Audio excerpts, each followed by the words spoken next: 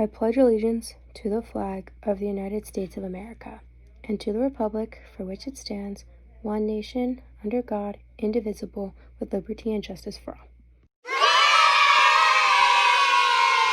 Good morning, cadets. Let's have a tactful Thursday. Wavis Diplomatico. Have a great day.